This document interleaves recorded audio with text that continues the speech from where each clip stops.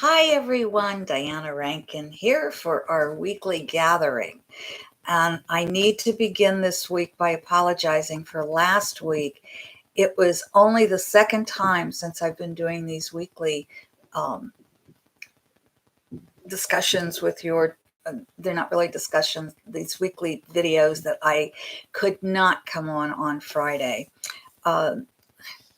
A lot of things going on. We said goodbye to our beloved little goddess white kitty, Sophia. And it kept me up most of the night. So I didn't have a lot of sleep by Friday.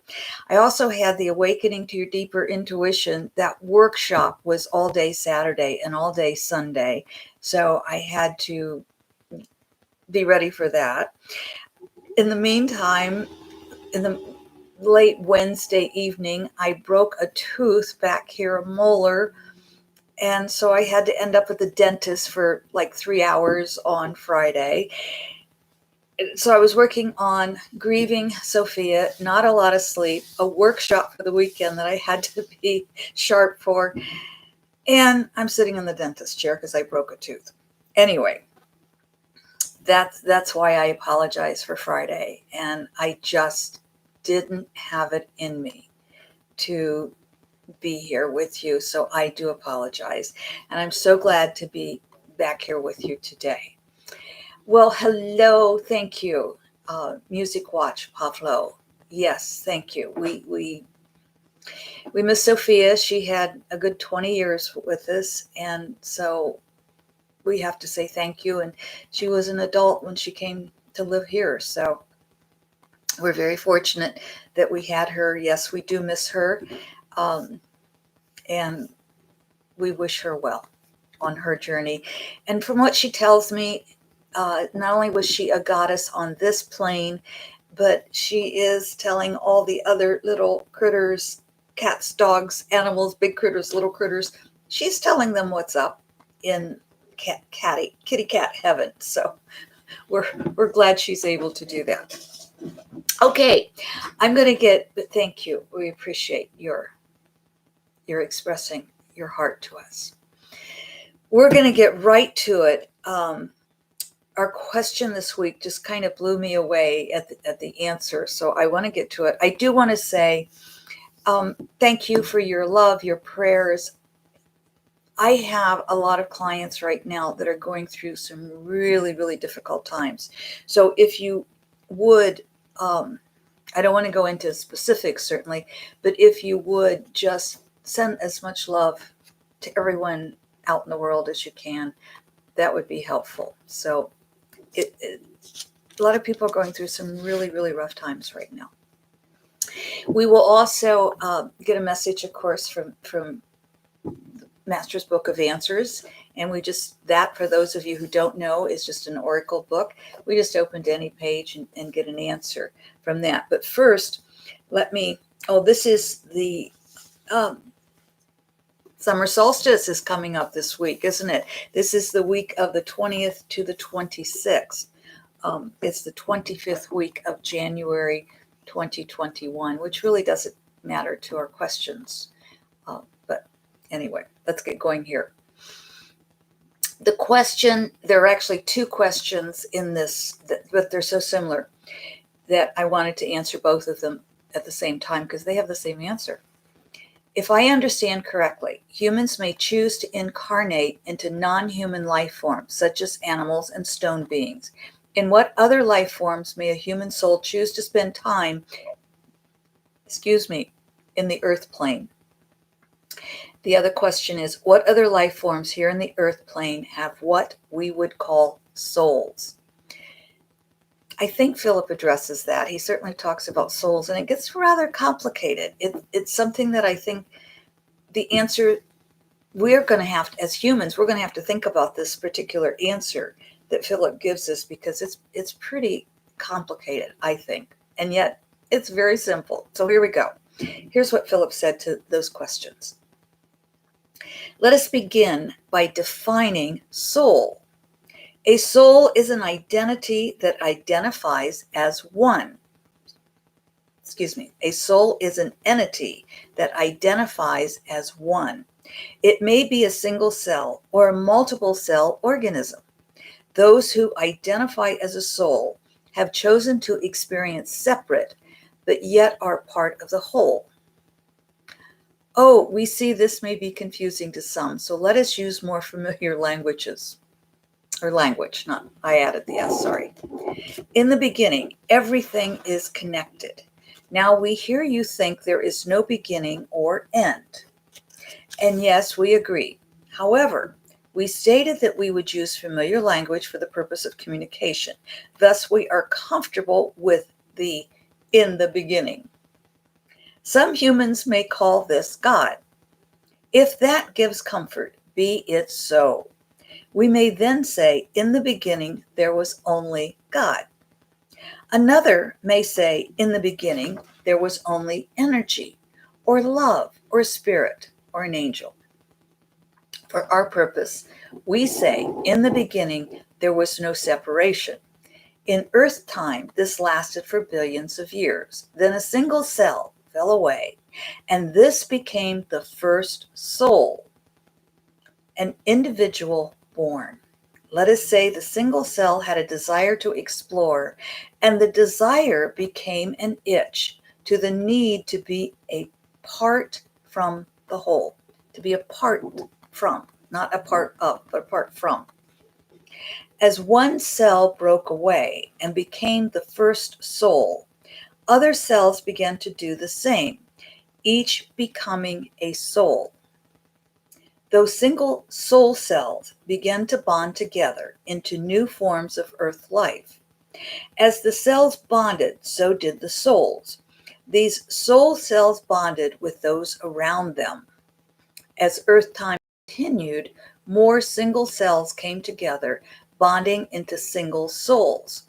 As time progressed, and as single cells broke from the beginning and bonded with other souls, new forms of life were created to fulfill needs and fantasies. Through evolution, the souls your soul bonded with became your soul family, your soul mates, if you will. Now, with this explanation behind us, let us move along. The bonded soul cells became that which fills the earth today. This is not to say that no new souls enter. Quite the contrary, since the beginning, or God, or energy, or or whatever label you attach is infinite. New cell souls are born, or if you prefer, created all the time. New souls may stay single cells for a time or attach to a form already in existence. While new souls are coming in, older souls are learning, experiencing, and those who are ready to either rest or return fully to the all are leaving. We believe in explaining soul. We have answered your question.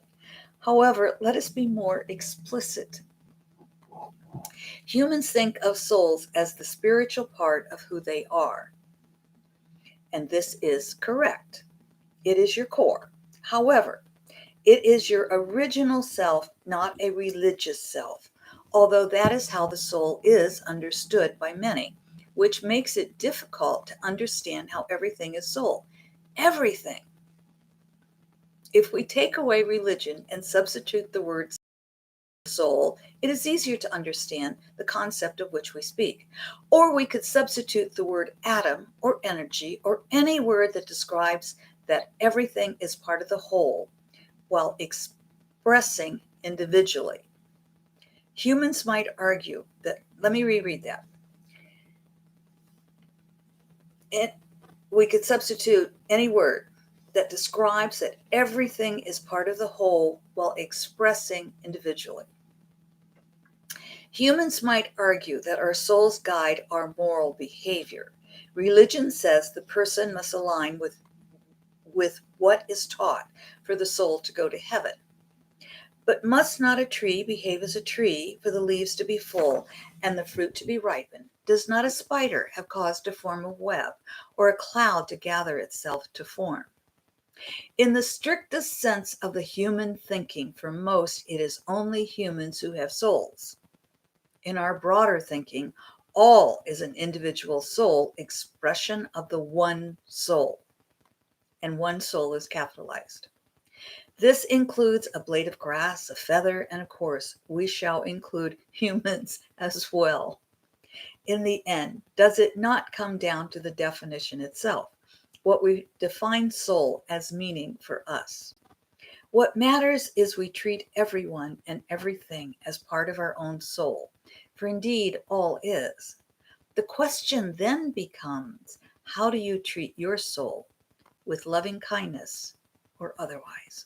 I'm going to read that last paragraph because I think that really says it all, doesn't it? What matters is we treat everyone and everything as part of our own soul, for indeed all is.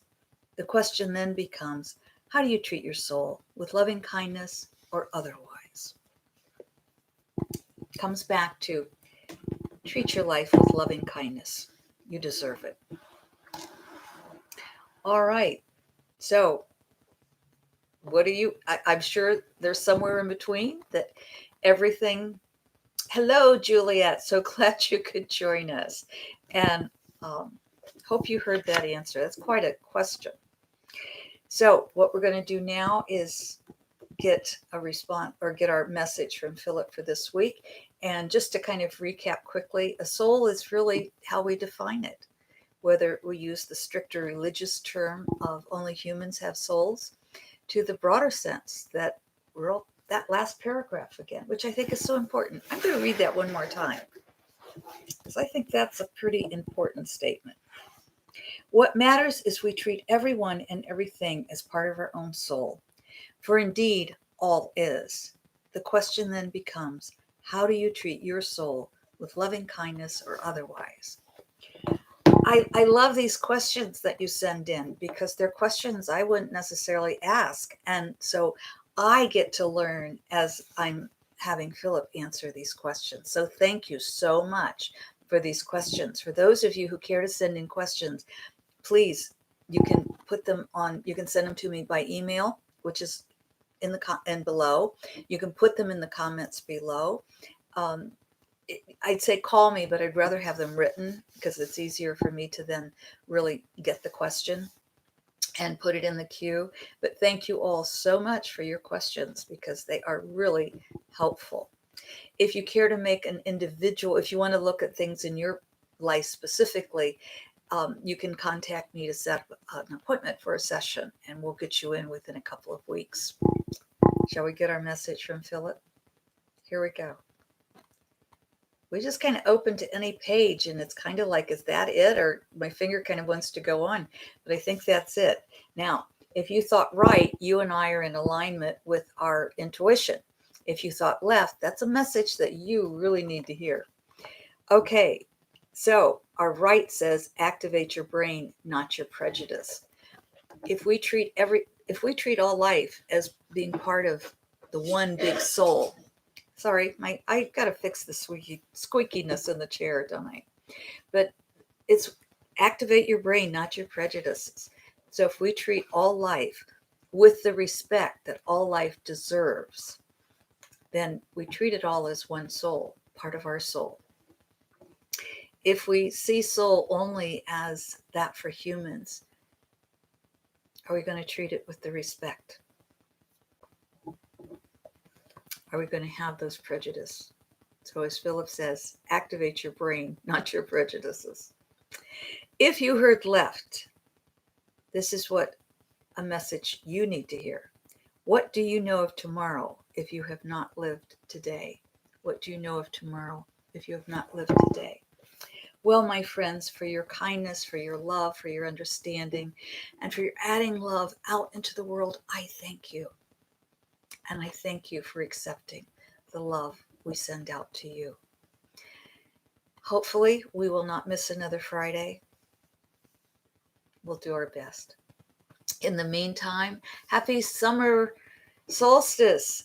It's here almost, just another few days. I believe it's coming this week. Usually comes around the 21st, 22nd. I haven't even checked. I haven't had taken the time to check, but this week includes the 20th to the 26th, so that means it should be in a couple of days. And we thank you for celebrating summer, celebrating yourselves. And remember, I want to leave you with this thought. I just think this is so important, what Phillip says. What matters when we ask who has a soul, what matters is we treat everyone and everything as part of our own soul. For indeed all is. The question then becomes, how do you treat your soul? With loving kindness or otherwise? Oh, my friends, please, loving kindness for yourself and all that is. I love you. I love you. Thank you.